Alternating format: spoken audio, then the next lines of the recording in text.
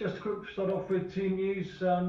Any injuries, or have you got a pretty much fully fit squad? No, we're fully fit, ready to go. Right. And how do you see this game? Is it a chance for you to give a few players who haven't had as many minutes a game? Yeah, I'll have to do that for different reasons. I think some players have been playing a lot. Talk about the hectic schedule, and it is hectic, but can't say that on one hand and then maybe not look at making some rotations for this game. And on the other side of that, players that aren't playing so regularly are training really, really well and part of the group and important to us. So some people are just knocking on the door and deserve opportunities. So we're certainly not taking the game lightly. Even though we're qualified, we want to win the group. I don't expect a drop in level, but there will be an opportunity for some players to get minutes. Carve, Sky Sports News.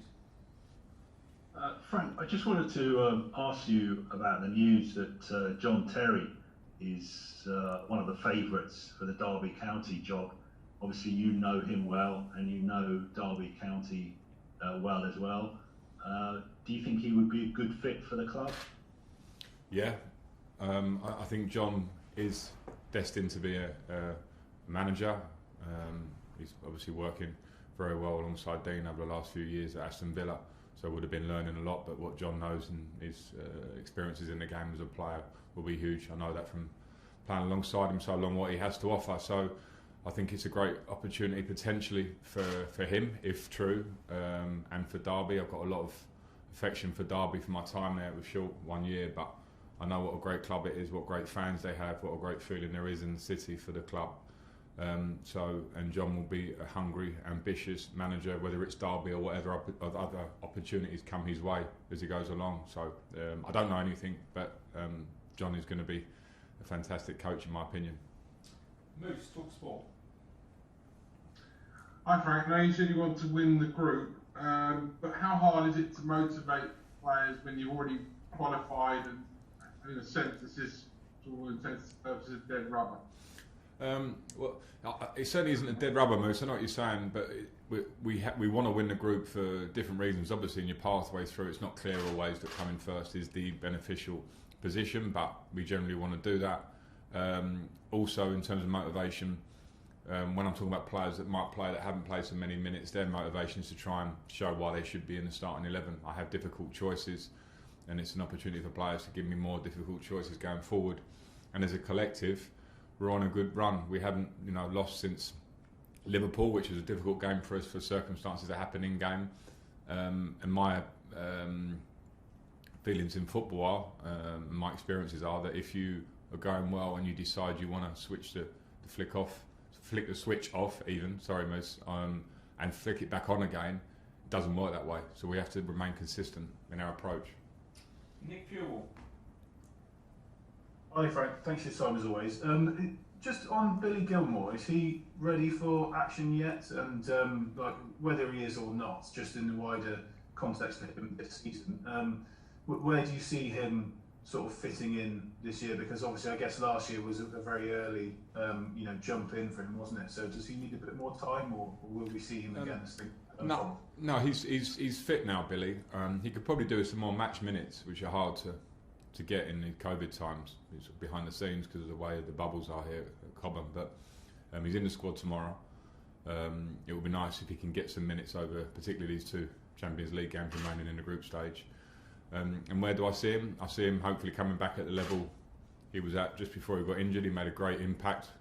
There'll be so much more to come from him generally at this club because of the talent that he has. He's got a great attitude, trains brilliantly.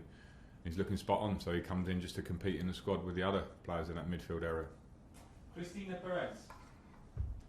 ¿Qué tal? Muy buenas tardes, Cristina Pérez en directo. Hello, Frank. Hi.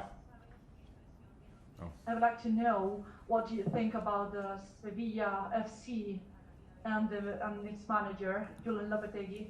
Which are their biggest virtues, and what are you expecting for tomorrow? I think they're a fantastic team. We felt that when they played at Stamford Bridge. It was a difficult match for us. I think they have a great coach, a really great coach. I think it's very evident when you watch his team play that he is a top coach, and he's the style of the team, the work he must do behind the scenes.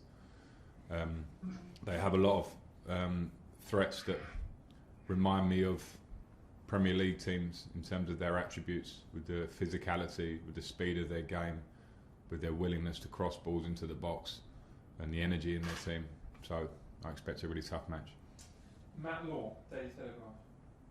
Hi, Frank. Can I ask you about Callum Hudson-Odoi? Does he come back into contention for this match? And also, was it difficult to tell him that he wouldn't be part of the squad at all for the Tottenham game after he'd scored against Rennes in the last Champions League game?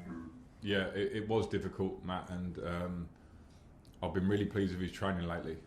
I've spoken about Callum at different times since I've been in the job, and his training and attitude at the minute is bang on. Work ethic in training, that's reflected in scoring against Rennes and playing well. Coming on against Newcastle, I thought he was bright, going away with the 21s and doing well. So it was tough. I have tough decisions when we have a fully fit squad, as we pretty much do now, to leave players that work hard through the week and are desperate to play for the club, to leave them out. But I have to make that decision. So I did speak to him personally, because I want him to feel that. I want him to understand where he's at in the minute, which is in a progression. He's getting better for me, and there will be times where other players will have to sit out, and that conversation will have to be with other players. So he's back in contention tomorrow, and I want to see more of the same and keep that progression going. And as I say, if there are times he's not starting or he's out of a squad, the main thing is I want him to stay positive, and that's, I suppose that's part of my job as well, to have that communication level. Carlo Garcia.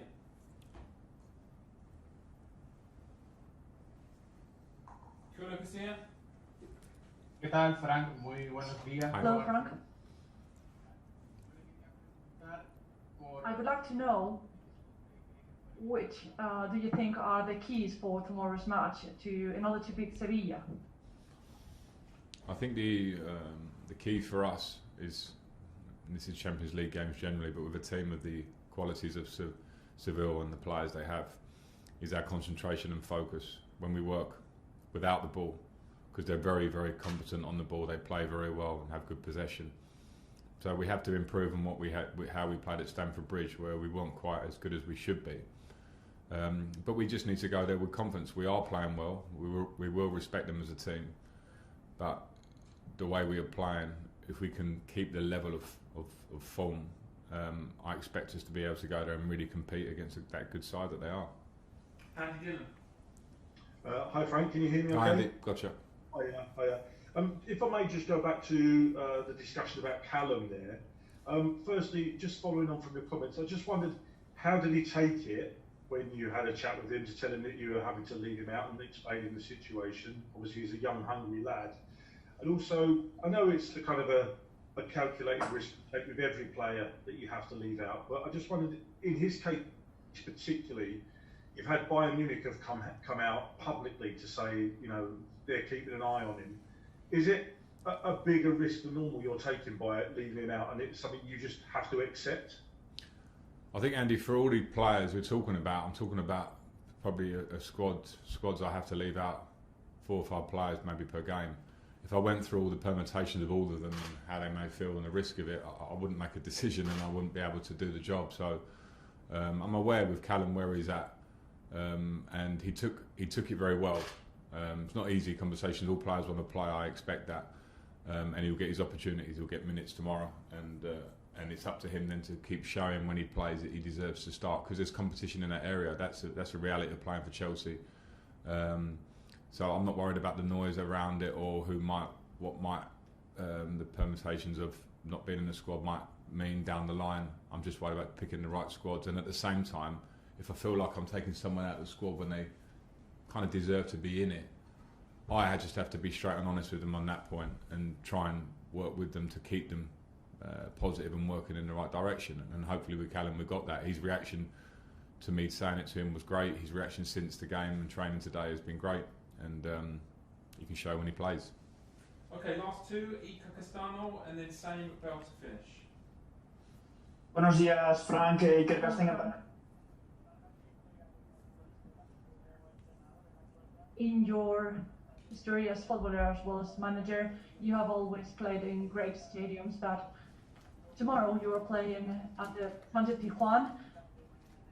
What does it mean for you to play in this stadium? Thank you so much. I'm very proud to manage this club and proud that we're in the Champions League because it's the best competition in the world. And when you go to places like Seville, for me, a fantastic city. So unfortunately for us, we can't experience the city as we would be able to in normal times. But for me, that brings excitement, and then to play in a stadium with a club of such rich history and a feeling for football in the stadium against the top manager and top players is what I'm in this job for. It's one of the nice perks, if you can translate that, of the job, is managing this level of game at these type of stadiums. Last question, Sammy Mockbell. Hi, Frank. Hi. With regards to back to Callum again, just generally with regards to young players and the kind of peaks and the troughs that they have during the early part of their career, have you been able to maybe identify areas in your early part of your career where you can relate to what he's going through at the moment, and maybe had a conversation with Callum about that? Yeah, I can relate to that because we all have steps on the ladder, and I think Callum's early career has been not strange, but he got into the team.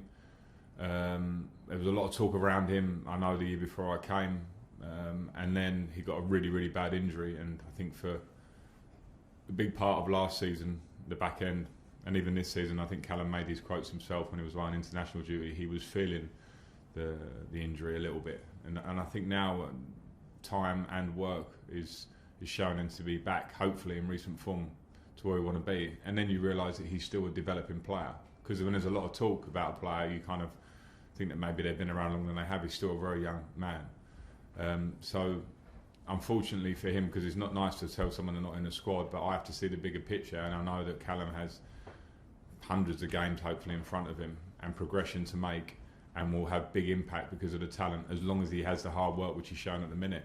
So in the short term he might not like it, I get that, but the other options are, I have to look around, who else do I take out the squad? Another day it will be somebody else. So those are part of my job. I said it before at the start of the season, I said it to the players, having the squad that we have, and most Premier League teams have big squads. If you look at Tottenham, for instance, at the weekend, Gareth Bale on the bench, Dele Alli not there, but it has to be a strength and not a weakness, and that's only the strength of the group when players are not playing as much. And at the moment I feel the group's really strong, and again that's why players will get minutes that they deserve tomorrow.